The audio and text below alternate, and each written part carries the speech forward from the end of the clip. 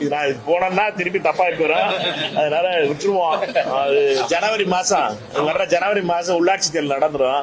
அதுக்கப்புறம் அரமீசை ஒரு ஆள்கிட்ட பிடிச்சி நம்ம அப்ப பேசிக்கிடுவோம். சரியா? பொங்கலுக்கு அதை பத்தி பேசுவோம். அரமீசை பாரதிகிட்ட அப்ப பேசிக்குவோம். நேற்று முளைத்த காளான் மாணிக்கம் தாக்கூர் என்று விமர்சித்த திமுக அமைப்பு செயலாளர் RS பாரதி ஜனவரி மாதத்திற்கு பிறகு அரைமிசையாக மாறிவிடுவார் என விமர்சித்துள்ளார்.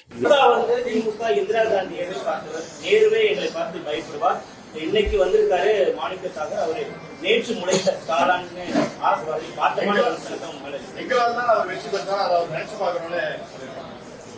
இது நான் போனோம்னா திருப்பி தப்பா வரும், அதனால விட்டுருவோம். அது ஜனவரி மாசம் வர்ற ஜனவரி மாசம் உள்ளாட்சி தேர்தல் நடந்துரும்.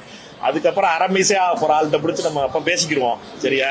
பொங்கலுக்கு அதை பத்தி பேசுவோம். அரமீசை பாரதிகிட்ட அப்ப பேசிக்குவோம். சரியா? ரெண்டு விஷயம். இந்தியா கூட்டணிங்கிறது என்ன? 2023 பாராளுமன்ற தேர்தலுக்காக உருவாக்கப்பட்டது இந்தியா கூட்டணி. அப்பொழுது இருந்த 23 கட்சிகள் சேர்ந்து நாம எல்லாம் சேர்ந்து மோடியும் அமித்ஷாவுக்கும் RSSக்கும் எதிரான ஒரு நிலையை எடுக்கணும், அதனால நம்ம ஒரு இந்தியா கூட்டணி உருவாக்குறோம் அப்படின்னு சொல்லி உருவாக்குனது.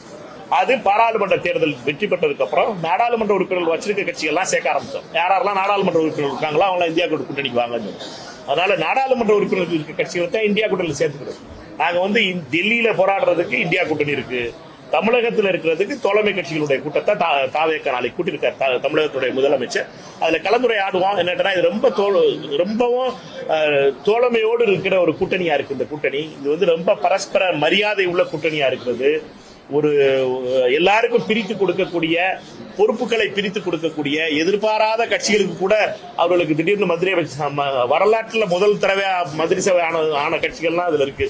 அதனால என்னன்னா 100 வருஷம் இருந்த கட்சியெல்லாம் முதல் தடவை மந்திரியானது மகிழ்ச்சியெல்லாம் நம்மளுக்கு அந்த செய்தியெல்லாம் கிடைச்சு. அதனால இது ஒரு வித்தியாசமான அரசியல், திரு விஜய் அவர்களுடைய அரசியல் என்பது. அந்த அரசியல்ல நாங்கள் எங்களை பொறுத்த மட்டும் இந்த தோழமை கட்சிகளோட கூட்டம் என்பது மிக முக்கியமானதாக இருக்கும் நினைக்கிறேன். செய்திகளை உள்ளது உள்ளபடி தெரிந்து கொள்ள ரெஃப்ளெக்ட் நியூஸை சப்ஸ்கிரைப் பண்ணுங்க.